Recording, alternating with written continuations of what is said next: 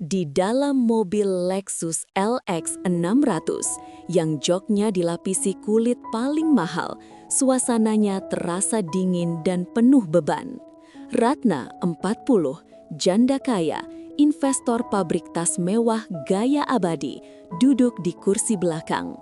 Di sampingnya tergeletak tas tangan eksklusif seharga ratusan juta. Wajahnya yang cantik tampak tegang, seolah memikul beban yang tak terlihat. Di kursi kemudi duduklah Joko, 26, supir pribadinya yang baru seminggu bekerja. Joko memiliki wajah tampan dan postur lugu, tetapi ia sangat polos dan fokus pada fungsionalitas mengemudi yang aman. Mobil baru saja memasuki jalan raya yang lengang. Ratna berbicara melalui interkom, suaranya sangat pelan namun mengandung kelelahan emosional. Joko, tolong mengemudi di kecepatan 80 km per jam. Joko segera memenuhinya. Sudah Nyonya Ratna, sudah 80. Bagus, kata Ratna. Sekarang aku ingin kamu mengerem mendadak. Joko terkejut, ia menoleh ke belakang. Mengerem mendadak Nyonya? Tapi tidak ada bahaya di depan, kita bisa ditabrak dari belakang, dan Nyonya bisa terluka. Ratna menghela napas panjang.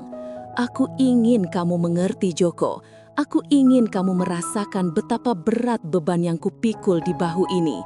Tas jutaan ini kosong, tapi bebanku tak terhitung. Aku ingin kamu mengerti mengapa aku yang kaya raya merasa terjebak dalam rasa sakit yang mendadak dan tak terhindarkan. Bisakah kamu mengerti guncangan jiwa ini? Joko, si supir tampan lugu, kini diperintahkan untuk melakukan manuver berbahaya demi sebuah pengertian tentang beban emosional. Kontras, fungsionalitas versus emosi.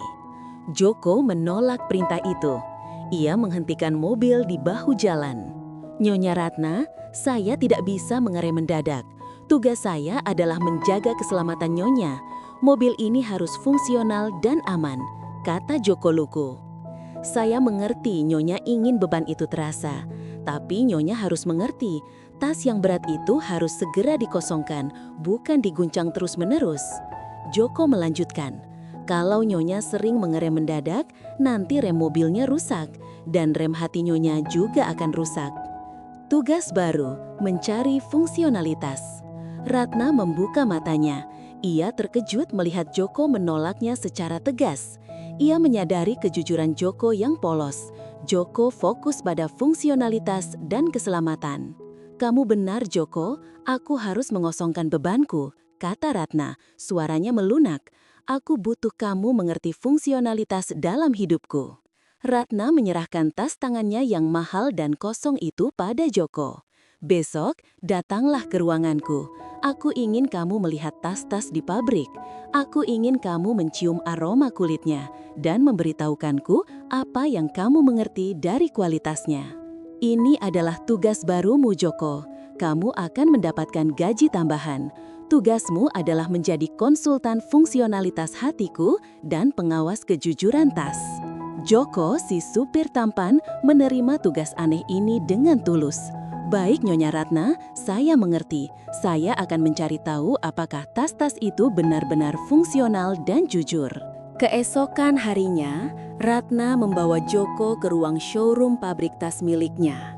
Di sana, berjajar tas-tas mewah yang sangat indah, tetapi desainnya tidak praktis. Lihat ini Joko, kata Ratna, menunjuk tas clutch kristal yang tidak bisa menampung ponsel atau dompet. Tas ini mahal, tapi tidak bisa dipakai. Aku ingin kamu mengerti kepura-puraan di balik tas ini. Aku menjual image, bukan fungsi. Ratna melanjutkan. Aku ingin kamu mengerti betapa aku membenci kepalsuan ini. Aku merindukan hidup yang fungsional, yang bisa menampung semua kebutuhanku, bukan hanya make up dan kartu kredit. Logika kompartemen yang jujur. Joko, yang polos dan terbiasa dengan fungsionalitas mobil, melihat tas itu dengan cermat. Nyonya Ratna, kata Joko lugu. Saya mengerti, tas ini cantik, tapi dia tidak fungsional. Tas yang bagus itu harus punya kompartemen yang jujur. Joko menjelaskan, kompartemen yang jujur itu harus bisa membagi barang penting dan barang tidak penting. Kalau semua dicampur, nanti isinya berantakan. Nyonya harus mengerti, hidup Nyonya butuh kompartemen yang jujur. Mencari struktur yang stabil. Ratna tertegun. Logika Joko tentang tas dan kompartemen sangat tepat. Hidupnya memang berantakan karena ia tidak bisa membedakan mana yang penting dan tidak. Kamu benar, Joko. Aku butuh kompartemen yang jujur, kata Ratna. Mulai sekarang, aku ingin kamu mengawasi desain tas-tas baru. Aku butuh kamu mengerti bahwa aku akan membuat tas yang fungsional dan jujur. Joko, si supir tampan lugu, kini mendapatkan wewenang baru, menjadi konsultan fungsionalitas di pabrik tas mewah. Ratna ingin Joko merasakan kelelahan emosionalnya. Ia meminta Joko menirukan gaya berjalan Ratna yang tergesa-gesa dan kaku, seolah membawa beban berat di bahu. Joko, aku ingin kamu mengerti beban ini. Aku harus selalu terlihat kuat. Coba tirukan cara berjalanku, rasakan kelelahan itu, pinta Ratna. Joko yang lugu menirukan gaya berjalan Ratna dengan canggung. Ia berjalan cepat, kaku, dan membusungkan dada, tetapi terlihat sangat tidak nyaman. Logika langkah kaki yang tulus. Joko berhenti. Ia segera berjalan santai, langkahnya ringan. Nyonya Ratna, saya mengerti. Berjalan begitu cepat dan kaku itu membuat kaki sakit. Nyonya harus mengerti, gaya berjalan yang dipaksakan akan membuat langkah Nyonya pincang. Joko melanjutkan, Nyonya harus berjalan santai Nyonya. Nyonya harus jujur pada kecepatan Nyonya sendiri. Langkah yang tulus adalah yang paling fungsional. Mengadopsi langkah tulus. Tutik terharu. Ia menyadari ia terlalu memaksakan diri. Kamu benar Joko, aku harus kembali ke langkah kaki tulus, kata Ratna. Aku akan belajar berjalan santai darimu. Ratna memutuskan untuk mengadopsi resep Joko. Ia kini memiliki konsultan gaya hidup fungsional yang paling tampan dan jujur. Ratna memanggil Joko ke ruangannya dan menyerahkan amplop gaji baru. Gaji Joko telah dinaikkan 3 kali lipat. Ini adalah gaji untuk fungsionalitasmu dan wajah tampanmu yang polos, Joko, kata Ratna. Kamu adalah aset paling fungsional di perusahaanku. Joko terkejut, tetapi menerima dengan tulus. Kontrak mendengarkan. Ratna menjelaskan kontrak lisan mereka. Kontrak keheningan. Aku akan bicara tentang kerugian saham, tas palsu, dan kesepianku. Kapanpun itu, kamu harus mendengarkan. Ratna menekankan, kamu harus selalu mengerti dengan wajah polosmu. Dan dilarang keras memberikan solusi bisnis, mode, atau saran romantis. Kamu harus tetap menjadi supir lugu. Joko mengangguk. Ia fokus pada tugasnya. Saya mengerti Nyonya Ratna. Saya akan menjadi kompartemen yang stabil untuk Nyonya. Jawab Joko. Saya akan selalu mendengarkan. Dan saya tidak akan memberikan solusi kecuali Nyonya meminta saya untuk membersihkan tas yang tidak fungsional. Ratna tersenyum. Ia telah membeli ketenangan palsu, tetapi Joko telah mendapatkan harapan tulus. Rutinitas aneh pun dimulai. Ratna menggunakan kode rahasia untuk meminta pengertian. Jika Ratna membiarkan resleting kas mewahnya terbuka, ini berarti aku merasa rentan dan butuh didengarkan keheningan. Tolong mengerti kerapuhan ini. Joko harus mengemudi ke tempat yang terstruktur. Jika Ratna meminta Joko menghitung kompartemen di mobil, ini berarti aku merasa hidupku berantakan. Tolong mengerti kebutuhanku akan keteraturan. Jika Ratna bertanya tentang kehidupan sederhana di desa Tono, ini berarti aku ingin melarikan diri dari kemewahan. Tolong mengerti kerinduanku pada fungsionalitas sejati. Reaksi polos yang membumi. Suatu sore, Ratna membiarkan resleting tasnya terbuka, sinyal kerapuhan. Joko segera mengemudi ke area pelabuhan yang terstruktur, tempat kapal-kapal berlabuh rapi. "Nyonya Ratna," kata Joko lugu, "saya mengerti Nyonya rentan, tapi Nyonya harus mengerti, tas yang rentan harus segera ditutup atau diisi dengan barang yang sangat jujur. Saya harap Nyonya bisa melihat keteraturan di sini." Ketenangan fungsional. Ratna melihat kapal-kapal yang berlabuh rapi. Ia merasa tenang. "Kamu benar, Joko. Aku harus mengisi diriku dengan kejujuran," kata Ratna. "Aku mengerti. Aku harus lebih sering melihat tempat yang fungsional untuk menenangkan hatiku." Joko kini menjadi desainer fungsionalitas bagi owner pabrik tas mewah. Ratna membawa Joko ke ruang produksi lama pabrik yang kini sepi. Di sana, terdapat mesin jahit tua yang digunakan suaminya dulu. Ratna menyentuh mesin itu dengan mata berkaca-kaca. "Disinilah kami membuat tas dengan jahitan tangan yang paling jujur, Joko," kata Ratna. "Aku ingin kamu mengerti bahwa aku merindukan ketulusan jahitan itu yang kini hilang digantikan mesin otomatis yang cepat tapi rapuh." Ratna menceritakan bagaimana pabriknya kini sering menghemat benang di bagian dalam tas demi efisiensi, padahal itu merusak kekuatan jahitan. Logika benang yang tidak berbohong. Joko, yang lugu dan menghargai kerapian, melihat mesin jahit tua itu. "Nyonya Ratna, saya mengerti. Jahitan yang bagus itu tidak boleh berbohong di bagian dalam. Benang yang jujur itu harus sama kuatnya di luar dan di dalam," jelas Joko lugu. Joko menambahkan, "Nyonya harus mengerti, Nyonya. Tas itu kuat karena jahitannya tulus.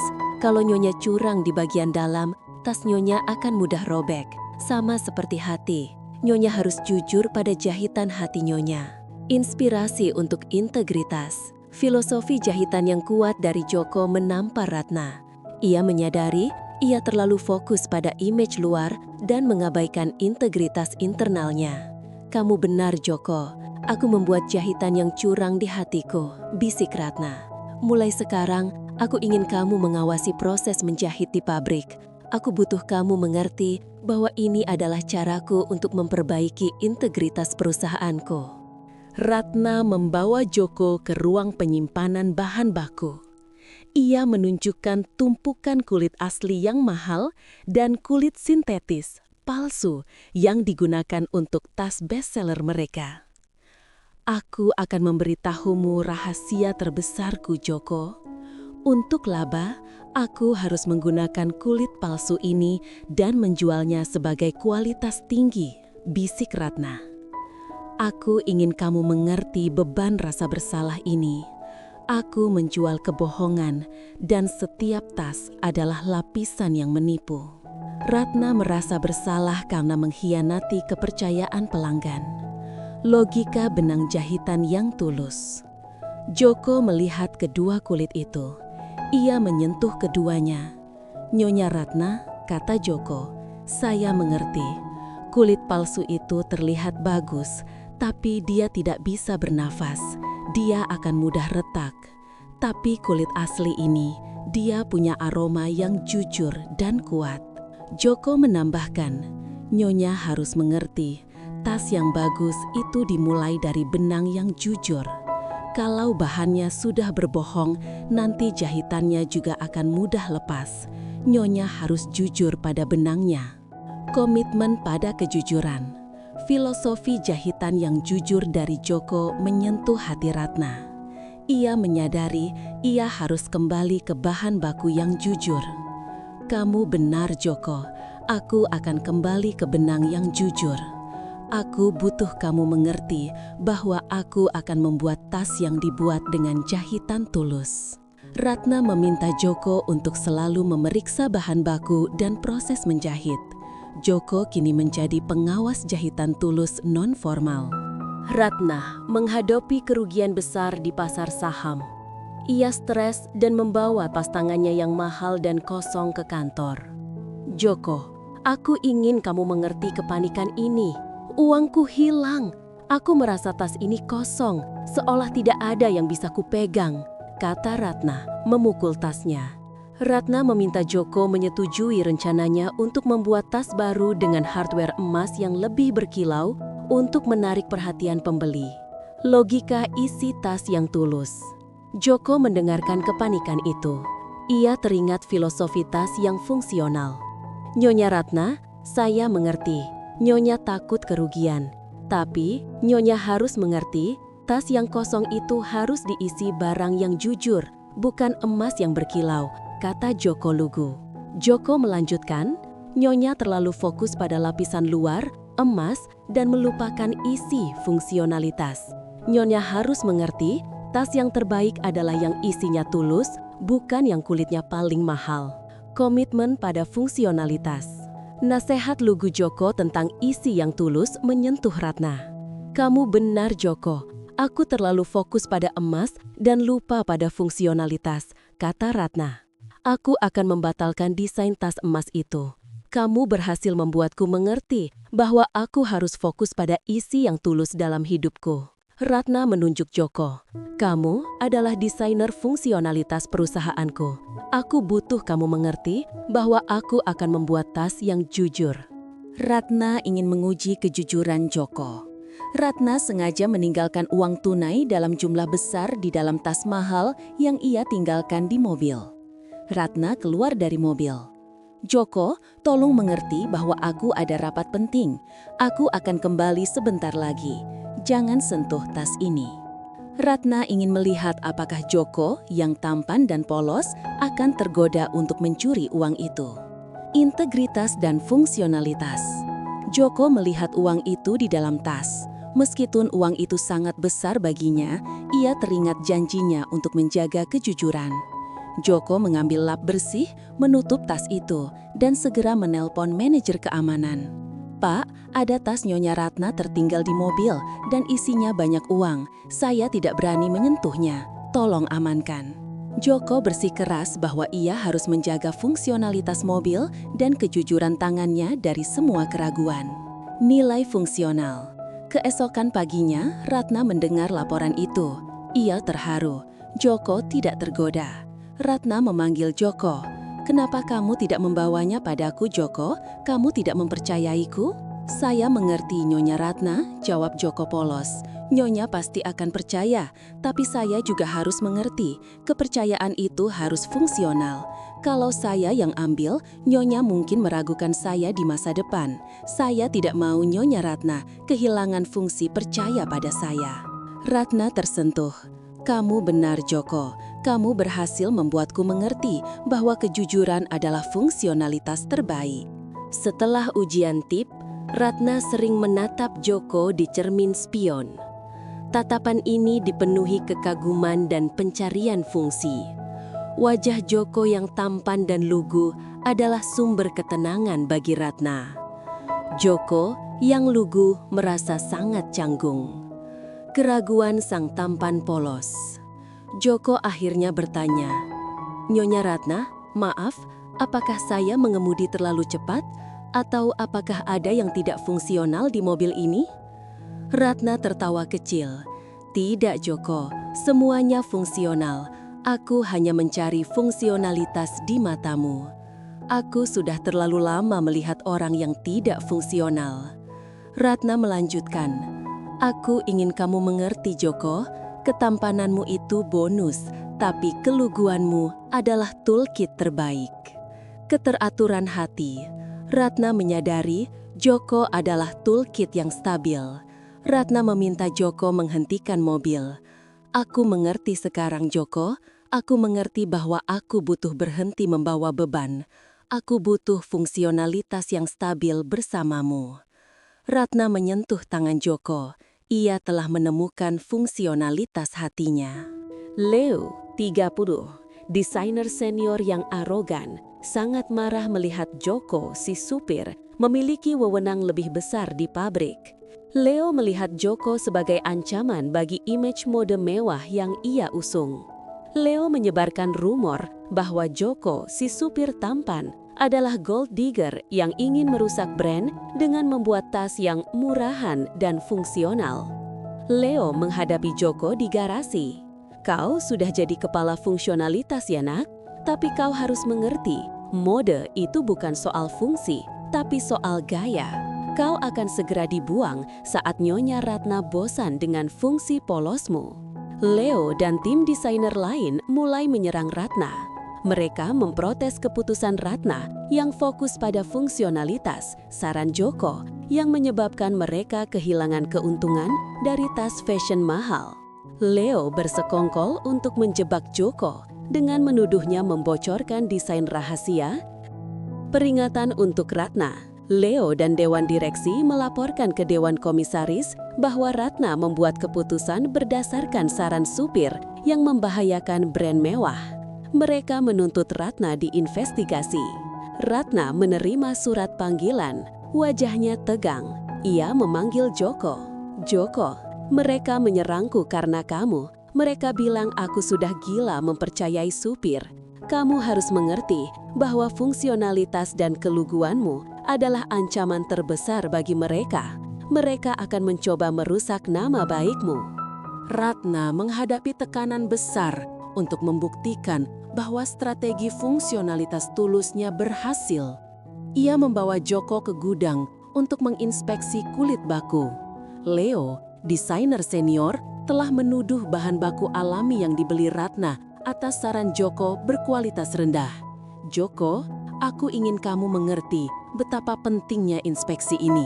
Mereka ingin membuktikan bahwa kulit palsu lebih baik.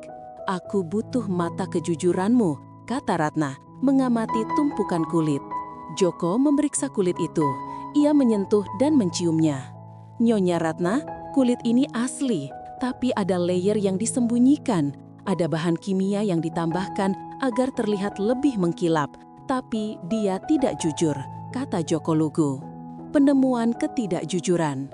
Joko menemukan bahwa chemis pabrik atas perintah Leo sengaja menambahkan coating kimia pada kulit alami untuk membuat harganya lebih mahal dan agar terlihat mewah, padahal itu merusak daya tahan kulit. Penemuan Joko membuktikan bahwa ada intrik untuk merusak bahan baku jujur. Ratna terkejut. Komitmen fungsionalitas. Kamu benar Joko, mereka merusak fungsi kulit itu sendiri, kata Ratna. Kamu berhasil membuatku mengerti bahwa fungsionalitas sejati adalah kejujuran dari awal. Ratna memutuskan untuk menghentikan seluruh produksi yang menggunakan coating palsu. Ia menjadikan Joko pengawas kualitas fungsionalitas resmi. Leo sangat marah karena Joko terus mengganggu intriknya. Leo menunggu Joko di pantry pabrik. Hei supir pengawas kulit, kau pikir kau siapa? Kau tidak mengerti fashion, kau hanya toolkit murahan Nyonya Ratna. Ejek Leo didampingi staf lain. Kau akan segera dibuang saat Nyonya Ratna bosan dengan fungsi polosmu. Leo meremehkan Tono. Kau tampan, tapi kecantikanmu itu top layer. Kualitas aslimu adalah insol murahan. Pembelaan logis dan tulus. Joko mempertahankan kehormatannya. Maaf Pak Leo, saya memang supir, tapi saya mengerti kestabilan, kata Joko lugu. Saya mengerti, tas yang bagus itu harus stabil saat dipakai, dan mode yang jujur tidak akan menyerang orang lain. Joko menatap Leo. Saya bangga menjadi supir, karena supir harus selalu jujur pada tujuan perjalanannya. Ancaman pembocoran desain. Leo berbisik dingin. Aku akan pastikan kau dipecat.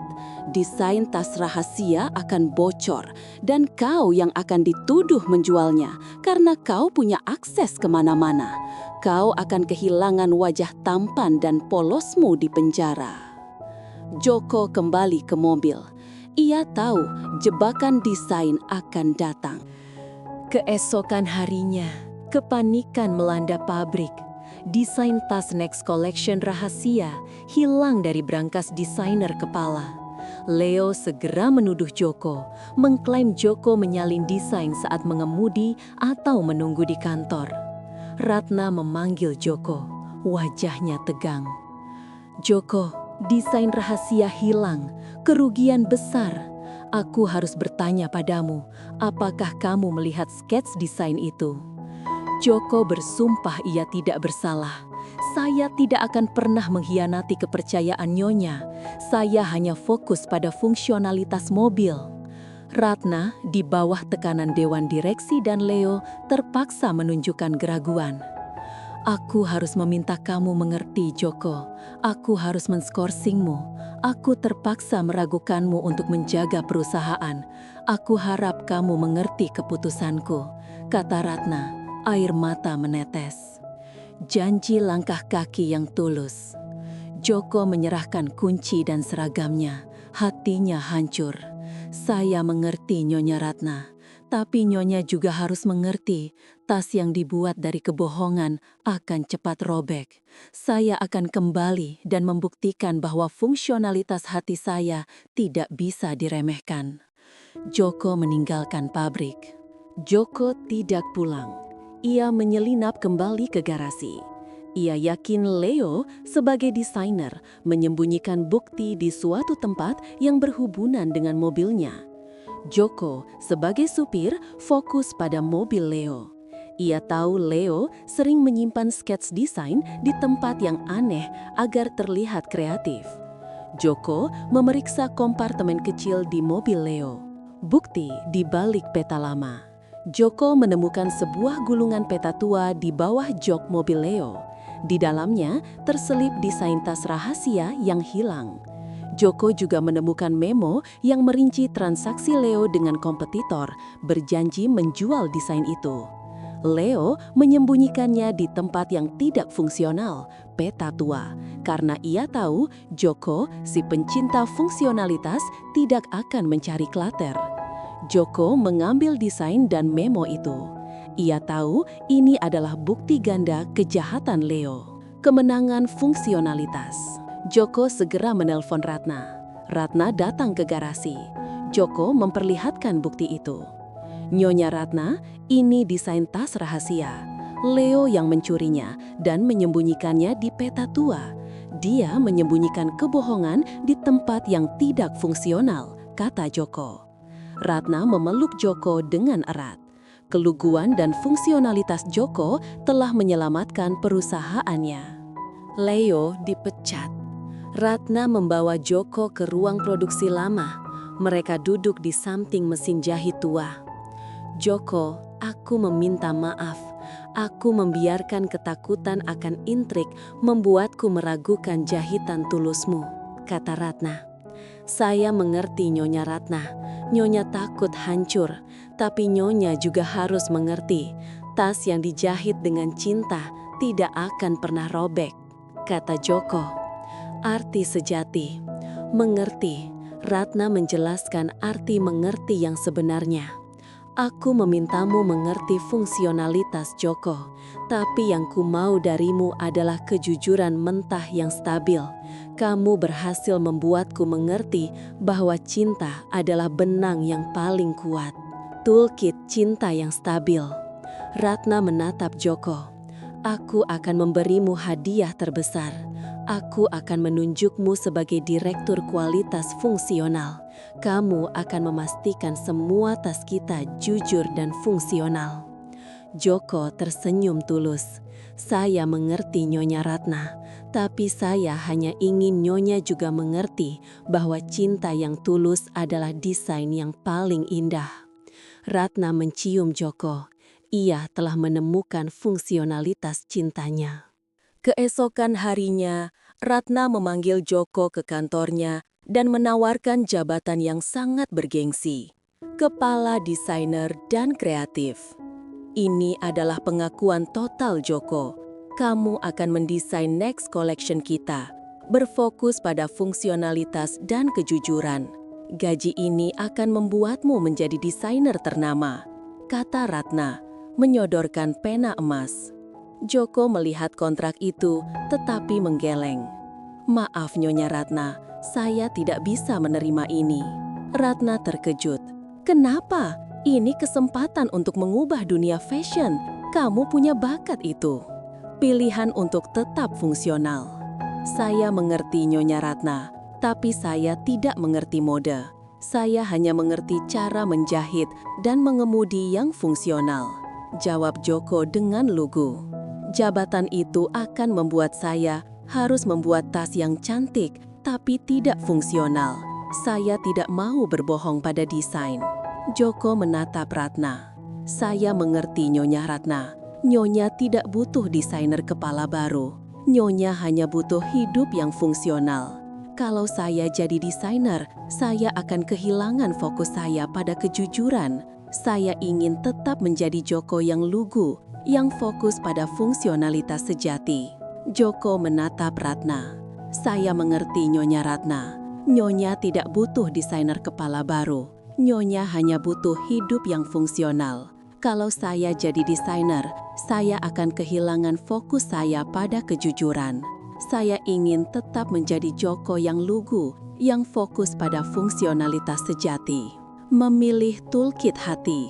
Penolakan Joko yang konsisten terhadap status dan kemewahan meyakinkan Ratna bahwa cintanya murni dan fungsional. Ratna merobek kontrak itu. Kamu benar, Joko. Aku tidak perlu desainer mode. Aku butuh desainer hidup. Ratna menggenggam tangan Joko. Kamu akan menjadi direktur kualitas fungsional. Posisi yang hanya ada di perusahaanku, di mana kamu hanya perlu memastikan setiap tas kita dibuat dengan benang kejujuran. Ratna dan Joko mulai bekerja sama dalam merumuskan filosofi bisnis baru, tas tulus dan fungsional. Mereka menjual semua tas yang hanya mengandalkan image dan fokus pada tas yang kokoh, banyak kompartemen, dan dibuat dengan kulit yang jujur. Joko kini adalah partner sejati Ratna. Ia mengajari Ratna cara membagi waktu secara fungsional. Joko, aku sudah menjual semua tas clutch yang tidak fungsional itu. Aku siap untuk membangun tas cinta yang abadi, kata Ratna, tersenyum. Pengakuan cinta yang fungsional. Joko menyadari bahwa Ratna tidak hanya mencintai fungsionalitas tas, tetapi ia mencintai fungsionalitas jiwanya. Saya mengerti Nyonya Ratna, kata Joko. Tas cinta yang abadi itu tidak perlu resleting emas. Dia harus sederhana, kuat, dan bisa menampung semua kebutuhan Nyonya. Sama seperti saya mencintai Nyonya. Ratna terharu. Ia menyadari cinta yang fungsional adalah desain yang paling indah. Mempersiapkan pengumuman heboh. Ratna memanggil Dewan Direksi untuk rapat darurat di pabrik tas. Ia siap mengumumkan perubahan besar dalam hidupnya. Aku akan mengumumkan bahwa aku memilih fungsionalitas dalam hidupku dan perusahaan ini akan menjadi proyek long-term komitmen kita, kata Ratna pada Joko. Joko hanya tersenyum. Saya mengerti Nyonya Ratna, saya akan memastikan sepatu Nyonya nyaman. Nyonya butuh langkah yang stabil. Ratna mengadakan rapat pengumuman di pabrik tas, tepat di lantai produksi yang ramai oleh mesin jahit. Semua staf, desainer, dan direksi berkumpul. Ratna mengumumkan pemecatan resmi Leo dan mengumumkan, mulai hari ini, perusahaan kita akan meluncurkan tas tulus yang 100% fungsional, dibuat dengan jahitan yang jujur dan kulit yang tulus. Kita akan menjual fungsi, bukan fashion palsu. Keputusan ini radikal. Aksi heboh di mesin jahit. Ratna kemudian berjalan ke mesin jahit utama, tempat Joko sering mengawasi kualitas jahitan. Ratna mengambil sebuah tas kulit sederhana yang dijahit dengan tangan oleh Joko, tas tulus pertama mereka. Ia menatap Joko. Ratna berlutut di hadapan Joko, di tengah kebisingan mesin jahit dan di hadapan semua staf. Ratna mengeluarkan cincin dari dalam tas sederhana itu. Joko, aku sudah menjual semua tas palsu. Aku ingin menjahit hidupku dengan ketulusanmu. Maukah kamu menikahi janda kaya yang hatinya sudah kamu fungsikan ini dan menjadi aset tulus abadi? Lantai pabrik seketika heboh, teriakan kaget dan tepuk tangan membanjiri ruangan. Investor kaya, owner pabrik tas melamar supir tampan lugunya di tengah mesin pabrik. Janji jahitan cinta abadi. Joko yang lugu dan terkejut mengangguk, air matanya menetes tulus. "Saya mengerti, Nyonya Ratna," bisik Joko. "Saya bersedia menjadi jahitan tulus Nyonya selamanya." Ratna mengumumkan, Joko akan menjadi suami dan direktur kualitas fungsional kita. Jahitan cinta kita telah dimulai. Beberapa bulan kemudian, Ratna dan Joko menikah. Joko tetap menjadi direktur kualitas fungsional dan sering mengemudikan mobil sederhana yang mereka beli. Ratna duduk di kursi depan, membawa tas sederhana dan fungsional. Ratna tidak lagi membawa beban. Mobil melaju stabil di jalan tol. Pengertian sejati dan ketenangan. "Joko, aku tidak lagi meminta kamu mengerti," kata Ratna, menikmati perjalanan yang stabil. "Karena kamu sudah ada di sini. Kehadiranmu membuatku mengerti bahwa yang kucari bukanlah image yang mahal, tetapi fungsionalitas yang jujur." Mereka meluncurkan produk tas Tulus yang sukses besar di pasaran, membuktikan bahwa kejujuran dan fungsi mengalahkan mode. Penutup abadi. Joko menghentikan mobil di tepi jalan. Ia meraih tangan istrinya. "Aku mencintaimu, Ratna," bisik Joko. "Kamu adalah desain yang paling indah. Terima kasih sudah memilih jahitan yang tulus." Janda kaya investor pabrik tas itu akhirnya menemukan fungsionalitas dan pengertian sejati pada supir tampan lugunya. Tamat. Di dalam mobil Lexus LX 600 yang joknya dilapisi kulit paling mahal, suasananya terasa dingin dan penuh beban. Ratna, 40, janda kaya, investor pabrik tas mewah gaya abadi, duduk di kursi belakang. Di sampingnya tergeletak tas tangan eksklusif seharga ratusan juta. Wajahnya yang cantik tampak tegang, seolah memikul beban yang tak terlihat. Di kursi kemudi duduklah Joko, 26, supir pribadinya yang baru seminggu bekerja. Joko memiliki wajah tampan dan postur lugu, tetapi ia sangat polos dan fokus pada fungsionalitas mengemudi yang aman. Mobil baru saja memasuki jalan raya yang lengang. Ratna berbicara melalui interkom, suaranya sangat pelan namun mengandung kelelahan emosional. "Joko, tolong mengemudi di kecepatan 80 km per jam. Joko segera memenuhinya. "Sudah, Nyonya Ratna, sudah 80. "Bagus," kata Ratna. "Sekarang aku ingin kamu mengerem mendadak." Joko terkejut, ia menoleh ke belakang. "Mengerem mendadak, Nyonya? Tapi tidak ada bahaya di depan. Kita bisa ditabrak dari belakang dan Nyonya bisa terluka." Ratna menghela napas panjang. "Aku ingin kamu mengerti, Joko. Aku ingin kamu merasakan betapa berat beban yang kupikul di bahu ini. Tas jutaan ini kosong, tapi bebanku tak terhitung. Aku ingin kamu mengerti mengapa aku yang kaya raya merasa terjebak dalam rasa sakit yang mendadak dan tak terhindarkan. Bisakah kamu mengerti guncangan jiwa ini?" Joko, si supir tampan lugu, kini diperintahkan untuk melakukan manuver berbahaya demi sebuah pengertian tentang beban emosional. Kontras. Fungsionalitas versus emosi. Joko menolak perintah itu. Ia menghentikan mobil di bahu jalan. "Nyonya Ratna, saya tidak bisa mengerem mendadak. Tugas saya adalah menjaga keselamatan Nyonya. Mobil ini harus fungsional dan aman," kata Joko lugu. "Saya mengerti Nyonya ingin beban itu terasa. Tapi Nyonya harus mengerti, tas yang berat itu harus segera dikosongkan, bukan diguncang terus-menerus." Joko melanjutkan, "Kalau Nyonya sering mengerem mendadak, nanti rem mobilnya rusak, dan rem hati Nyonya juga akan rusak." Tugas baru, mencari fungsionalitas. Ratna membuka matanya. Ia terkejut melihat Joko menolaknya secara tegas. Ia menyadari kejujuran Joko yang polos. Joko fokus pada fungsionalitas dan keselamatan. "Kamu benar, Joko.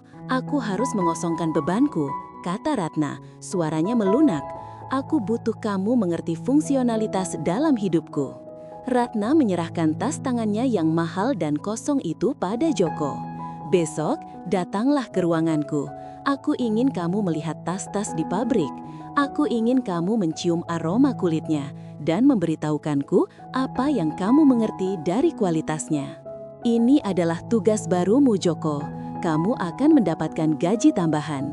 Tugasmu adalah menjadi konsultan fungsionalitas hatiku dan pengawas kejujuran tas. Joko, si supir tampan, menerima tugas aneh ini dengan tulus. Baik, Nyonya Ratna, saya mengerti. Saya akan mencari tahu apakah tas-tas itu benar-benar fungsional dan jujur. Keesokan harinya, Ratna membawa Joko ke ruang showroom pabrik tas miliknya. Di sana, berjajar tas-tas mewah yang sangat indah, tetapi desainnya tidak praktis. "Lihat ini, Joko," kata Ratna, menunjuk tas clutch kristal yang tidak bisa menampung ponsel atau dompet. "Tas ini mahal, tapi tidak bisa dipakai. Aku ingin kamu mengerti kepura-puraan di balik tas ini. Aku menjual image, bukan fungsi." Ratna melanjutkan, "Aku ingin kamu mengerti betapa aku membenci kepalsuan ini. Aku merindukan hidup yang fungsional, yang bisa menampung semua kebutuhanku, bukan hanya make up dan kartu kredit." Logika kompartemen yang jujur. Joko, yang polos dan terbiasa dengan fungsionalitas mobil, melihat tas itu dengan cermat. "Nyonya Ratna," kata Joko lugu, "saya mengerti tas ini cantik, tapi dia tidak fungsional. Tas yang bagus itu harus punya kompartemen yang jujur." Joko menjelaskan, kompartemen yang jujur itu harus bisa membagi barang penting dan barang tidak penting. Kalau semua dicampur, nanti isinya berantakan. Nyonya harus mengerti, hidup Nyonya butuh kompartemen yang jujur. Mencari struktur yang stabil. Ratna tertegun. Logika Joko tentang tas dan kompartemen sangat tepat. Hidupnya memang berantakan karena ia tidak bisa membedakan mana yang penting dan tidak. "Kamu benar, Joko. Aku butuh kompartemen yang jujur," kata Ratna. "Mulai sekarang, aku ingin kamu mengawasi desain tas-tas baru. Aku butuh kamu mengerti bahwa aku akan membuat tas yang fungsional dan jujur." Joko, si supir tampan lugu, kini mendapatkan wewenang baru, menjadi konsultan fungsionalitas di pabrik tas mewah. Ratna ingin Joko merasakan kelelahan emosionalnya. Ia meminta Joko menirukan gaya berjalan Ratna yang tergesa-gesa dan kaku, seolah membawa beban berat di bahu. "Joko, aku ingin kamu mengerti beban ini. Aku harus selalu terlihat kuat. Coba tirukan cara berjalanku, rasakan kelelahan itu," pinta Ratna. Joko, yang lugu, menirukan gaya berjalan Ratna dengan canggung. Ia berjalan cepat, kaku, dan membusungkan dada, tetapi terlihat sangat tidak nyaman. Logika langkah kaki yang tulus. Joko berhenti. Ia segera berjalan santai, langkahnya ringan. "Nyonya Ratna, saya mengerti. Berjalan begitu cepat dan kaku itu membuat kaki sakit. Nyonya harus mengerti, gaya berjalan yang dipaksakan akan membuat langkah Nyonya pincang." Joko melanjutkan, "Nyonya harus berjalan santai, Nyonya. Nyonya harus jujur pada kecepatan Nyonya sendiri. Langkah yang tulus adalah yang paling fungsional." Mengadopsi langkah tulus. Tutik terharu.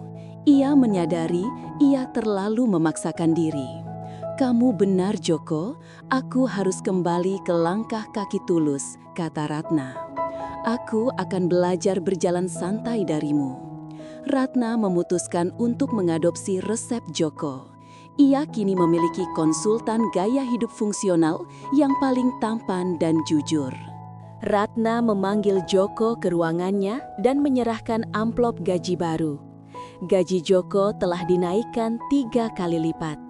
"Ini adalah gaji untuk fungsionalitasmu dan wajah tampanmu yang polos, Joko," kata Ratna. "Kamu adalah aset paling fungsional di perusahaanku." Joko terkejut. tetapi menerima dengan tulus. Kontrak mendengarkan. Ratna menjelaskan kontrak lisan mereka. Kontrak keheningan. Aku akan bicara tentang kerugian saham, tas palsu, dan kesepianku. Kapanpun itu, kamu harus mendengarkan. Ratna menekankan, kamu harus selalu mengerti dengan wajah polosmu. Dan dilarang keras memberikan solusi bisnis, mode, atau saran romantis. Kamu harus tetap menjadi supir lugu. Joko mengangguk. Ia fokus pada tugasnya. Saya mengerti Nyonya Ratna. Saya akan menjadi kompartemen yang stabil untuk Nyonya. Jawab Joko. Saya akan selalu mendengarkan. Dan saya tidak akan memberikan solusi kecuali Nyonya meminta saya untuk membersihkan tas yang tidak fungsional. Ratna tersenyum. Ia telah membeli ketenangan palsu, tetapi Joko telah mendapatkan harapan tulus. Rutinitas aneh pun dimulai. Ratna menggunakan kode rahasia untuk meminta pengertian. Jika Ratna membiarkan resleting kas mewahnya terbuka, ini berarti aku merasa rentan dan butuh didengarkan keheningan. Tolong mengerti kerapuhan ini. Joko harus mengemudi ke tempat yang terstruktur. Jika Ratna meminta Joko menghitung kompartemen di mobil, ini berarti aku merasa hidupku berantakan. Tolong mengerti kebutuhanku akan keteraturan. Jika Ratna bertanya tentang kehidupan sederhana di desa Tono, ini berarti aku ingin melarikan diri dari kemewahan. Tolong mengerti kerinduanku pada fungsionalitas sejati. Reaksi polos yang membumi. Suatu sore, Ratna membiarkan resleting tasnya terbuka. Sinyal kerapuhan. Joko segera mengemudi ke area pelabuhan yang terstruktur, tempat kapal-kapal berlabuh rapi. Nyonya Ratna, kata Joko lugu, saya mengerti Nyonya rentan, tapi Nyonya harus mengerti, tas yang rentan harus segera ditutup atau diisi dengan barang yang sangat jujur. Saya harap Nyonya bisa melihat keteraturan di sini. Ketenangan fungsional. Ratna melihat kapal-kapal yang berlabuh rapi. Ia merasa tenang. Kamu benar, Joko. Aku harus mengisi diriku dengan kejujuran, kata Ratna. Aku mengerti. Aku harus lebih sering melihat tempat yang fungsional untuk menenangkan hatiku. Joko kini menjadi desainer fungsionalitas bagi owner pabrik tas mewah. Ratna membawa Joko ke ruang produksi lama pabrik yang kini sepi. Di sana, terdapat mesin jahit tua yang digunakan suaminya dulu. Ratna menyentuh mesin itu dengan mata berkaca-kaca. Disinilah kami membuat tas dengan jahitan tangan yang paling jujur, Joko, kata Ratna. Aku ingin kamu mengerti bahwa aku merindukan ketulusan jahitan itu yang kini hilang digantikan mesin otomatis yang cepat tapi rapuh. Ratna menceritakan bagaimana pabriknya kini sering menghemat benang di bagian dalam tas demi efisiensi, padahal itu merusak kekuatan jahitan. Logika benang yang tidak berbohong. Joko, yang lugu dan menghargai kerapian, melihat mesin jahit tua itu. Nyonya Ratna, saya mengerti. Jahitan yang bagus itu tidak boleh berbohong di bagian dalam. Benang yang jujur itu harus sama kuatnya di luar dan di dalam. Jelas Joko lugu. Joko menambahkan, Nyonya harus mengerti Nyonya. Tas itu kuat karena jahitannya tulus. Kalau Nyonya curang di bagian dalam, tas Nyonya akan mudah robek. Sama seperti hati. Nyonya harus jujur pada jahitan hati Nyonya. Inspirasi untuk integritas. Filosofi jahitan yang kuat dari Joko menampar Ratna. Ia menyadari ia terlalu fokus pada image luar dan mengabaikan integritas internalnya. Kamu benar, Joko. Aku membuat jahitan yang curang di hatiku, bisik Ratna. Mulai sekarang, aku ingin kamu mengawasi proses menjahit di pabrik. Aku butuh kamu mengerti bahwa ini adalah caraku untuk memperbaiki integritas perusahaanku. Ratna membawa Joko ke ruang penyimpanan bahan baku. Ia menunjukkan tumpukan kulit asli yang mahal dan kulit sintetis, palsu, yang digunakan untuk tas bestseller mereka. Aku akan memberitahumu rahasia terbesarku, Joko. Untuk laba, Aku harus menggunakan kulit palsu ini dan menjualnya sebagai kualitas tinggi, bisik Ratna. Aku ingin kamu mengerti beban rasa bersalah ini. Aku menjual kebohongan dan setiap tas adalah lapisan yang menipu. Ratna merasa bersalah karena mengkhianati kepercayaan pelanggan. Logika benang jahitan yang tulus. Joko melihat kedua kulit itu. Ia menyentuh keduanya. "Nyonya Ratna," kata Joko, "saya mengerti. Kulit palsu itu terlihat bagus, tapi dia tidak bisa bernafas. Dia akan mudah retak.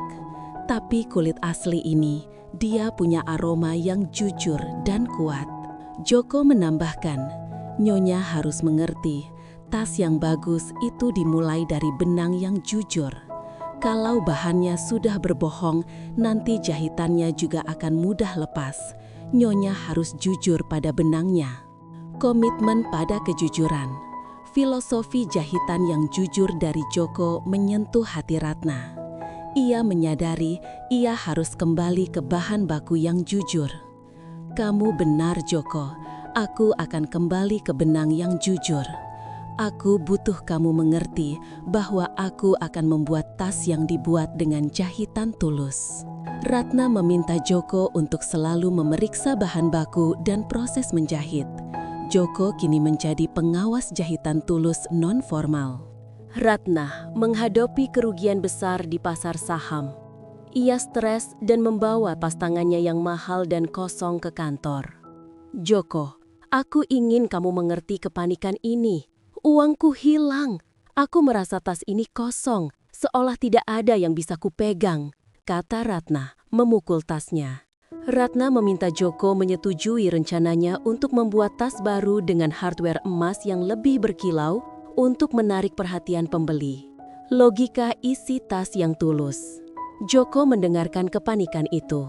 Ia teringat filosofi tas yang fungsional. "Nyonya Ratna, saya mengerti. Nyonya takut kerugian.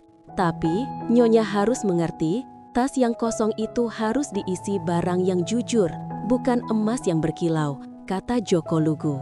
Joko melanjutkan, "Nyonya terlalu fokus pada lapisan luar, emas, dan melupakan isi fungsionalitas. Nyonya harus mengerti, tas yang terbaik adalah yang isinya tulus, bukan yang kulitnya paling mahal." Komitmen pada fungsionalitas. Nasihat lugu Joko tentang isi yang tulus menyentuh Ratna. "Kamu benar, Joko. Aku terlalu fokus pada emas dan lupa pada fungsionalitas," kata Ratna. "Aku akan membatalkan desain tas emas itu. Kamu berhasil membuatku mengerti bahwa aku harus fokus pada isi yang tulus dalam hidupku." Ratna menunjuk Joko. "Kamu adalah desainer fungsionalitas perusahaanku. Aku butuh kamu mengerti bahwa aku akan membuat tas yang jujur." Ratna ingin menguji kejujuran Joko. Ratna sengaja meninggalkan uang tunai dalam jumlah besar di dalam tas mahal yang ia tinggalkan di mobil. Ratna keluar dari mobil. "Joko, tolong mengerti bahwa aku ada rapat penting. Aku akan kembali sebentar lagi. Jangan sentuh tas ini." Ratna ingin melihat apakah Joko yang tampan dan polos akan tergoda untuk mencuri uang itu. Integritas dan fungsionalitas. Joko melihat uang itu di dalam tas. Meskipun uang itu sangat besar baginya, ia teringat janjinya untuk menjaga kejujuran. Joko mengambil lap bersih, menutup tas itu, dan segera menelpon manajer keamanan. "Pak, ada tas Nyonya Ratna tertinggal di mobil dan isinya banyak uang. Saya tidak berani menyentuhnya. Tolong amankan." Joko bersikeras bahwa ia harus menjaga fungsionalitas mobil dan kejujuran tangannya dari semua keraguan. Nilai fungsional. Keesokan paginya, Ratna mendengar laporan itu. Ia terharu. Joko tidak tergoda. Ratna memanggil Joko. "Kenapa kamu tidak membawanya padaku, Joko? Kamu tidak mempercayaiku?" "Saya mengerti, Nyonya Ratna," jawab Joko polos. "Nyonya pasti akan percaya, tapi saya juga harus mengerti. Kepercayaan itu harus fungsional. Kalau saya yang ambil, Nyonya mungkin meragukan saya di masa depan. Saya tidak mau Nyonya Ratna kehilangan fungsi percaya pada saya." Ratna tersentuh. "Kamu benar, Joko. Kamu berhasil membuatku mengerti bahwa kejujuran adalah fungsionalitas terbaik. Setelah ujian tip, Ratna sering menatap Joko di cermin spion. Tatapan ini dipenuhi kekaguman dan pencarian fungsi. Wajah Joko yang tampan dan lugu adalah sumber ketenangan bagi Ratna. Joko yang lugu merasa sangat canggung. Keraguan sang tampan polos. Joko akhirnya bertanya, "Nyonya Ratna, maaf, apakah saya mengemudi terlalu cepat? Atau apakah ada yang tidak fungsional di mobil ini?" Ratna tertawa kecil. "Tidak, Joko, semuanya fungsional. Aku hanya mencari fungsionalitas di matamu. Aku sudah terlalu lama melihat orang yang tidak fungsional." Ratna melanjutkan, "Aku ingin kamu mengerti, Joko. Ketampananmu itu bonus, tapi keluguanmu adalah toolkit terbaik." Keteraturan hati. Ratna menyadari Joko adalah toolkit yang stabil. Ratna meminta Joko menghentikan mobil. "Aku mengerti sekarang, Joko. Aku mengerti bahwa aku butuh berhenti membawa beban. Aku butuh fungsionalitas yang stabil bersamamu." Ratna menyentuh tangan Joko. Ia telah menemukan fungsionalitas hatinya. Leo, 30, desainer senior yang arogan, sangat marah melihat Joko, si supir, memiliki wewenang lebih besar di pabrik. Leo melihat Joko sebagai ancaman bagi image mode mewah yang ia usung. Leo menyebarkan rumor bahwa Joko, si supir tampan, adalah gold digger yang ingin merusak brand dengan membuat tas yang murahan dan fungsional. Leo menghadapi Joko di garasi. "Kau sudah jadi kepala fungsionalitas ya, nak? Tapi kau harus mengerti, mode itu bukan soal fungsi, tapi soal gaya. Kau akan segera dibuang saat Nyonya Ratna bosan dengan fungsi polosmu." Leo dan tim desainer lain mulai menyerang Ratna. Mereka memprotes keputusan Ratna yang fokus pada fungsionalitas, saran Joko, yang menyebabkan mereka kehilangan keuntungan dari tas fashion mahal. Leo bersekongkol untuk menjebak Joko dengan menuduhnya membocorkan desain rahasia. Peringatan untuk Ratna. Leo dan Dewan Direksi melaporkan ke Dewan Komisaris bahwa Ratna membuat keputusan berdasarkan saran supir yang membahayakan brand mewah. Mereka menuntut Ratna diinvestigasi. Ratna menerima surat panggilan. Wajahnya tegang. Ia memanggil Joko. "Joko, mereka menyerangku karena kamu. Mereka bilang aku sudah gila mempercayai supir. Kamu harus mengerti bahwa fungsionalitas dan keluguanmu adalah ancaman terbesar bagi mereka. Mereka akan mencoba merusak nama baikmu." Ratna menghadapi tekanan besar untuk membuktikan bahwa strategi fungsionalitas tulusnya berhasil. Ia membawa Joko ke gudang untuk menginspeksi kulit baku. Leo, desainer senior, telah menuduh bahan baku alami yang dibeli Ratna atas saran Joko berkualitas rendah. "Joko, aku ingin kamu mengerti betapa pentingnya inspeksi ini. Mereka ingin membuktikan bahwa kulit palsu lebih baik. Aku butuh mata kejujuranmu," kata Ratna, mengamati tumpukan kulit. Joko memeriksa kulit itu. Ia menyentuh dan menciumnya. "Nyonya Ratna, kulit ini asli, tapi ada layer yang disembunyikan. Ada bahan kimia yang ditambahkan agar terlihat lebih mengkilap, tapi dia tidak jujur," kata Joko lugu. Penemuan ketidakjujuran. Joko menemukan bahwa chemis pabrik atas perintah Leo sengaja menambahkan coating kimia pada kulit alami untuk membuat harganya lebih mahal dan agar terlihat mewah, padahal itu merusak daya tahan kulit. Penemuan Joko membuktikan bahwa ada intrik untuk merusak bahan baku jujur. Ratna terkejut. Komitmen fungsionalitas. "Kamu benar, Joko, mereka merusak fungsi kulit itu sendiri," kata Ratna. "Kamu berhasil membuatku mengerti bahwa fungsionalitas sejati adalah kejujuran dari awal." Ratna memutuskan untuk menghentikan seluruh produksi yang menggunakan coating palsu. Ia menjadikan Joko pengawas kualitas fungsionalitas resmi. Leo sangat marah karena Joko terus mengganggu intriknya. Leo menunggu Joko di pantry pabrik. "Hei, supir pengawas kulit, kau pikir kau siapa? Kau tidak mengerti fashion, kau hanya toolkit murahan Nyonya Ratna," ejek Leo didampingi staf lain. "Kau akan segera dibuang saat Nyonya Ratna bosan dengan fungsi polosmu." Leo meremehkan Tono. "Kau tampan, tapi kecantikanmu itu top layer. Kualitas aslimu adalah insol murahan." Pembelaan logis dan tulus. Joko mempertahankan kehormatannya. "Maaf Pak Leo, saya memang supir, tapi saya mengerti kestabilan," kata Joko lugu. "Saya mengerti, tas yang bagus itu harus stabil saat dipakai, dan mode yang jujur tidak akan menyerang orang lain." Joko menatap Leo. "Saya bangga menjadi supir, karena supir harus selalu jujur pada tujuan perjalanannya." Ancaman pembocoran desain. Leo berbisik dingin. "Aku akan pastikan kau dipecat.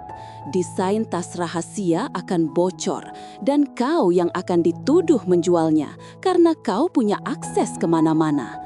Kau akan kehilangan wajah tampan dan polosmu di penjara." Joko kembali ke mobil. Ia tahu jebakan desain akan datang. Keesokan harinya, kepanikan melanda pabrik. Desain tas Next Collection rahasia hilang dari brankas desainer kepala. Leo segera menuduh Joko, mengklaim Joko menyalin desain saat mengemudi atau menunggu di kantor. Ratna memanggil Joko, wajahnya tegang. "Joko, desain rahasia hilang, kerugian besar. Aku harus bertanya padamu, apakah kamu melihat skets desain itu?" Joko bersumpah ia tidak bersalah. "Saya tidak akan pernah mengkhianati kepercayaan Nyonya. Saya hanya fokus pada fungsionalitas mobil." Ratna, di bawah tekanan Dewan Direksi dan Leo, terpaksa menunjukkan keraguan.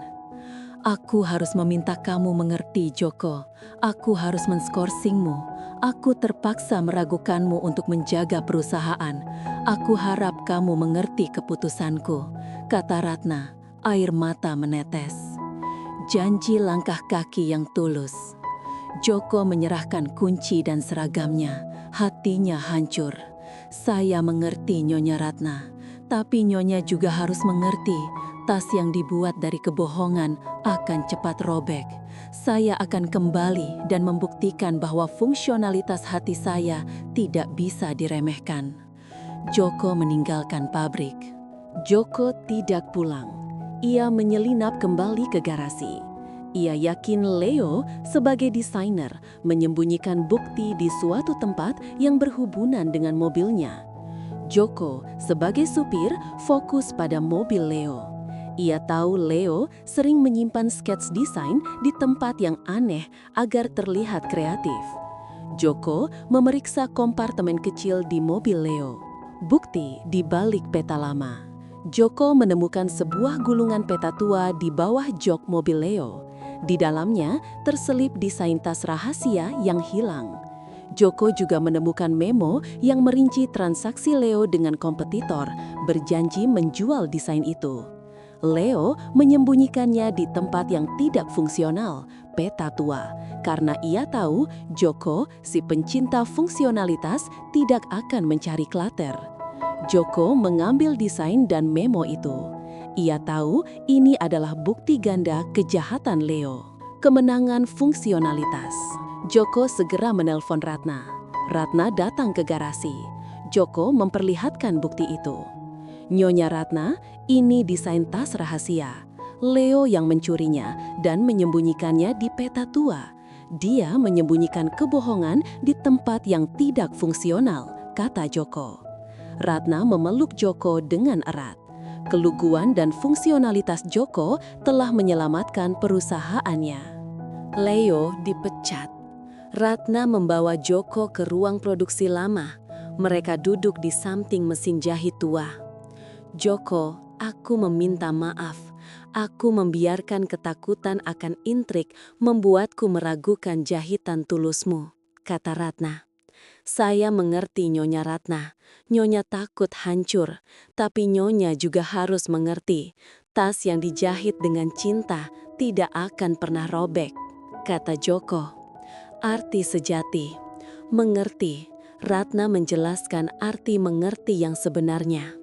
Aku memintamu mengerti fungsionalitas Joko, tapi yang ku mau darimu adalah kejujuran mentah yang stabil. Kamu berhasil membuatku mengerti bahwa cinta adalah benang yang paling kuat. Toolkit cinta yang stabil. Ratna menatap Joko. Aku akan memberimu hadiah terbesar. Aku akan menunjukmu sebagai direktur kualitas fungsional.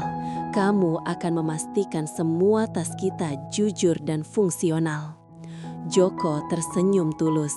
Saya mengerti Nyonya Ratna, tapi saya hanya ingin Nyonya juga mengerti bahwa cinta yang tulus adalah desain yang paling indah. Ratna mencium Joko. Ia telah menemukan fungsionalitas cintanya. Keesokan harinya, Ratna memanggil Joko ke kantornya dan menawarkan jabatan yang sangat bergengsi, Kepala Desainer dan Kreatif. Ini adalah pengakuan total Joko. Kamu akan mendesain next collection kita, berfokus pada fungsionalitas dan kejujuran. Gaji ini akan membuatmu menjadi desainer ternama, kata Ratna, menyodorkan pena emas. Joko melihat kontrak itu tetapi menggeleng. Maaf Nyonya Ratna, saya tidak bisa menerima ini. Ratna terkejut. Kenapa? Ini kesempatan untuk mengubah dunia fashion. Kamu punya bakat itu. Pilihan untuk tetap fungsional. Saya mengerti Nyonya Ratna, tapi saya tidak mengerti mode. Saya hanya mengerti cara menjahit dan mengemudi yang fungsional, jawab Joko dengan lugu. Jabatan itu akan membuat saya harus membuat tas yang cantik tapi tidak fungsional. Saya tidak mau berbohong pada desain. Joko menatap Ratna. Saya mengerti Nyonya Ratna. Nyonya tidak butuh desainer kepala baru. Nyonya hanya butuh hidup yang fungsional. Kalau saya jadi desainer, saya akan kehilangan fokus saya pada kejujuran. Saya ingin tetap menjadi Joko yang lugu, yang fokus pada fungsionalitas sejati. Joko menatap Ratna. Saya mengerti Nyonya Ratna. Nyonya tidak butuh desainer kepala baru. Nyonya hanya butuh hidup yang fungsional. Kalau saya jadi desainer, saya akan kehilangan fokus saya pada kejujuran. Saya ingin tetap menjadi Joko yang lugu, yang fokus pada fungsionalitas sejati. Memilih toolkit hati. Penolakan Joko yang konsisten terhadap status dan kemewahan meyakinkan Ratna bahwa cintanya murni dan fungsional. Ratna merobek kontrak itu. Kamu benar Joko, aku tidak perlu desainer mode. Aku butuh desainer hidup. Ratna menggenggam tangan Joko. Kamu akan menjadi direktur kualitas fungsional. Posisi yang hanya ada di perusahaanku, di mana kamu hanya perlu memastikan setiap tas kita dibuat dengan benang kejujuran. Ratna dan Joko mulai bekerja sama dalam merumuskan filosofi bisnis baru, tas tulus dan fungsional. Mereka menjual semua tas yang hanya mengandalkan image dan fokus pada tas yang kokoh, banyak kompartemen, dan dibuat dengan kulit yang jujur. Joko kini adalah partner sejati Ratna. Ia mengajari Ratna cara membagi waktu secara fungsional. Joko, aku sudah menjual semua tas clutch yang tidak fungsional itu. Aku siap untuk membangun tas cinta yang abadi, kata Ratna, tersenyum. Pengakuan cinta yang fungsional. Joko menyadari bahwa Ratna tidak hanya mencintai fungsionalitas tas, tetapi ia mencintai fungsionalitas jiwanya. Saya mengerti Nyonya Ratna, kata Joko. Tas cinta yang abadi itu tidak perlu resleting emas. Dia harus sederhana, kuat, dan bisa menampung semua kebutuhan Nyonya. Sama seperti saya mencintai Nyonya. Ratna terharu. Ia menyadari cinta yang fungsional adalah desain yang paling indah. Mempersiapkan pengumuman heboh. Ratna memanggil Dewan Direksi untuk rapat darurat di pabrik tas. Ia siap mengumumkan perubahan besar dalam hidupnya. Aku akan mengumumkan bahwa aku memilih fungsionalitas dalam hidupku dan perusahaan ini akan menjadi proyek long-term komitmen kita, kata Ratna pada Joko. Joko hanya tersenyum. Saya mengerti Nyonya Ratna, saya akan memastikan sepatu Nyonya nyaman, Nyonya butuh langkah yang stabil. Ratna mengadakan rapat pengumuman di pabrik tas, tepat di lantai produksi yang ramai oleh mesin jahit. Semua staf, desainer, dan direksi berkumpul. Ratna mengumumkan pemecatan resmi Leo dan mengumumkan, mulai hari ini, perusahaan kita akan meluncurkan tas Tulus yang 100% fungsional, dibuat dengan jahitan yang jujur dan kulit yang tulus. Kita akan menjual fungsi, bukan fashion palsu. Keputusan ini radikal. Aksi heboh di mesin jahit.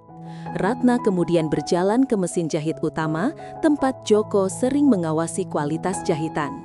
Ratna mengambil sebuah tas kulit sederhana yang dijahit dengan tangan oleh Joko, tas Tulus pertama mereka. Ia menatap Joko. Ratna berlutut di hadapan Joko, di tengah kebisingan mesin jahit dan di hadapan semua staf. Ratna mengeluarkan cincin dari dalam tas sederhana itu. Joko, aku sudah menjual semua tas palsu. Aku ingin menjahit hidupku dengan ketulusanmu. Maukah kamu menikahi janda kaya yang hatinya sudah kamu fungsikan ini dan menjadi aset Tulus abadi? Lantai pabrik seketika heboh, teriakan kaget dan tepuk tangan membanjiri ruangan. Investor kaya, owner pabrik tas melamar supir tampan lugunya di tengah mesin pabrik. Janji jahitan cinta abadi. Joko yang lugu dan terkejut mengangguk, air matanya menetes tulus. Saya mengerti Nyonya Ratna, bisik Joko. Saya bersedia menjadi jahitan tulus Nyonya selamanya. Ratna mengumumkan, Joko akan menjadi suami dan direktur kualitas fungsional kita. Jahitan cinta kita telah dimulai. Beberapa bulan kemudian, Ratna dan Joko menikah. Joko tetap menjadi direktur kualitas fungsional dan sering mengemudikan mobil sederhana yang mereka beli. Ratna duduk di kursi depan, membawa tas sederhana dan fungsional. Ratna tidak lagi membawa beban. Mobil melaju stabil di jalan tol. Pengertian sejati dan ketenangan. Joko, aku tidak lagi meminta kamu mengerti, kata Ratna, menikmati perjalanan yang stabil. Karena kamu sudah ada di sini, kehadiranmu membuatku mengerti bahwa yang kucari bukanlah image yang mahal, tetapi fungsionalitas yang jujur. Mereka meluncurkan produk tas Tulus yang sukses besar di pasaran, membuktikan bahwa kejujuran dan fungsi mengalahkan mode. Penutup abadi. Joko menghentikan mobil di tepi jalan. Ia meraih tangan istrinya. Aku mencintaimu Ratna, bisik Joko. Kamu adalah desain yang paling indah. Terima kasih sudah memilih jahitan yang tulus. Janda kaya investor pabrik tas itu akhirnya menemukan fungsionalitas dan pengertian sejati pada supir tampan lugunya. Tamat. Di dalam mobil Lexus LX 600 yang joknya dilapisi kulit paling mahal, suasananya terasa dingin dan penuh beban. Ratna, 40, janda kaya, investor pabrik tas mewah gaya abadi, duduk di kursi belakang. Di sampingnya tergeletak tas tangan eksklusif seharga ratusan juta. Wajahnya yang cantik tampak tegang, seolah memikul beban yang tak terlihat. Di kursi kemudi duduklah Joko, 26, supir pribadinya yang baru seminggu bekerja. Joko memiliki wajah tampan dan postur lugu, tetapi ia sangat polos dan fokus pada fungsionalitas mengemudi yang aman. Mobil baru saja memasuki jalan raya yang lengang. Ratna berbicara melalui interkom, suaranya sangat pelan namun mengandung kelelahan emosional. Joko, tolong mengemudi di kecepatan 80 km per jam. Joko segera memenuhinya. Sudah Nyonya Ratna, sudah 80. Bagus, kata Ratna. Sekarang, aku ingin kamu mengerem mendadak. Joko terkejut, ia menoleh ke belakang. Mengerem mendadak, Nyonya? Tapi tidak ada bahaya di depan. Kita bisa ditabrak dari belakang dan Nyonya bisa terluka. Ratna menghela napas panjang. Aku ingin kamu mengerti, Joko. Aku ingin kamu merasakan betapa berat beban yang kupikul di bahu ini. Tas jutaan ini kosong, tapi bebanku tak terhitung. Aku ingin kamu mengerti mengapa aku yang kaya raya merasa terjebak dalam rasa sakit yang mendadak dan tak terhindarkan. Bisakah kamu mengerti guncangan jiwa ini? Joko, si supir tampan lugu, kini diperintahkan untuk melakukan manuver berbahaya demi sebuah pengertian tentang beban emosional. Kontras, fungsionalitas versus emosi. Joko menolak perintah itu. Ia menghentikan mobil di bahu jalan. Nyonya Ratna, saya tidak bisa mengerem mendadak. Tugas saya adalah menjaga keselamatan Nyonya. Mobil ini harus fungsional dan aman, kata Joko lugu. Saya mengerti Nyonya ingin beban itu terasa. Tapi Nyonya harus mengerti, tas yang berat itu harus segera dikosongkan, bukan diguncang terus-menerus. Joko melanjutkan. Kalau Nyonya sering mengerem mendadak, nanti rem mobilnya rusak, dan rem hati Nyonya juga akan rusak. Tugas baru, mencari fungsionalitas. Ratna membuka matanya. Ia terkejut melihat Joko menolaknya secara tegas. Ia menyadari kejujuran Joko yang polos. Joko fokus pada fungsionalitas dan keselamatan. Kamu benar, Joko, aku harus mengosongkan bebanku, kata Ratna, suaranya melunak. Aku butuh kamu mengerti fungsionalitas dalam hidupku. Ratna menyerahkan tas tangannya yang mahal dan kosong itu pada Joko. Besok, datanglah ke ruanganku. Aku ingin kamu melihat tas-tas di pabrik. Aku ingin kamu mencium aroma kulitnya dan memberitahukanku apa yang kamu mengerti dari kualitasnya. Ini adalah tugas barumu, Joko. Kamu akan mendapatkan gaji tambahan. Tugasmu adalah menjadi konsultan fungsionalitas hatiku dan pengawas kejujuran tas. Joko, si supir tampan, menerima tugas aneh ini dengan tulus. Baik, Nyonya Ratna, saya mengerti. Saya akan mencari tahu apakah tas-tas itu benar-benar fungsional dan jujur. Keesokan harinya, Ratna membawa Joko ke ruang showroom pabrik tas miliknya. Di sana, berjajar tas-tas mewah yang sangat indah, tetapi desainnya tidak praktis. Lihat ini, Joko, kata Ratna, menunjuk tas clutch kristal yang tidak bisa menampung ponsel atau dompet. Tas ini mahal, tapi tidak bisa dipakai. Aku ingin kamu mengerti kepura-puraan di balik tas ini. Aku menjual image, bukan fungsi.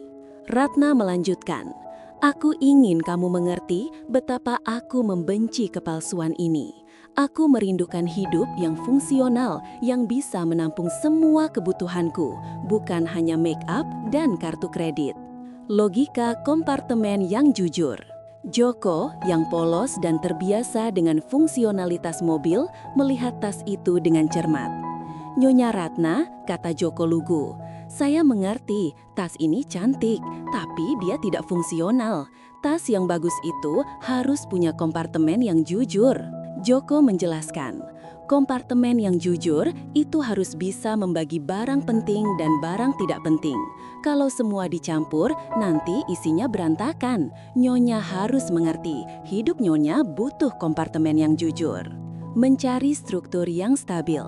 Ratna tertegun. Logika Joko tentang tas dan kompartemen sangat tepat. Hidupnya memang berantakan karena ia tidak bisa membedakan mana yang penting dan tidak. Kamu benar, Joko. Aku butuh kompartemen yang jujur, kata Ratna. Mulai sekarang, aku ingin kamu mengawasi desain tas-tas baru. Aku butuh kamu mengerti bahwa aku akan membuat tas yang fungsional dan jujur. Joko, si supir tampan lugu, kini mendapatkan wewenang baru, menjadi konsultan fungsionalitas di pabrik tas mewah. Ratna ingin Joko merasakan kelelahan emosionalnya. Ia meminta Joko menirukan gaya berjalan Ratna yang tergesa-gesa dan kaku, seolah membawa beban berat di bahu. Joko, aku ingin kamu mengerti beban ini. Aku harus selalu terlihat kuat. Coba tirukan cara berjalanku, rasakan kelelahan itu, pinta Ratna. Joko yang lugu menirukan gaya berjalan Ratna dengan canggung. Ia berjalan cepat, kaku, dan membusungkan dada, tetapi terlihat sangat tidak nyaman. Logika langkah kaki yang tulus. Joko berhenti. Ia segera berjalan santai, langkahnya ringan. Nyonya Ratna, saya mengerti. Berjalan begitu cepat dan kaku itu membuat kaki sakit. Nyonya harus mengerti, gaya berjalan yang dipaksakan akan membuat langkah Nyonya pincang. Joko melanjutkan, Nyonya harus berjalan santai Nyonya. Nyonya harus jujur pada kecepatan Nyonya sendiri. Langkah yang tulus adalah yang paling fungsional. Mengadopsi langkah tulus. Tutik terharu. Ia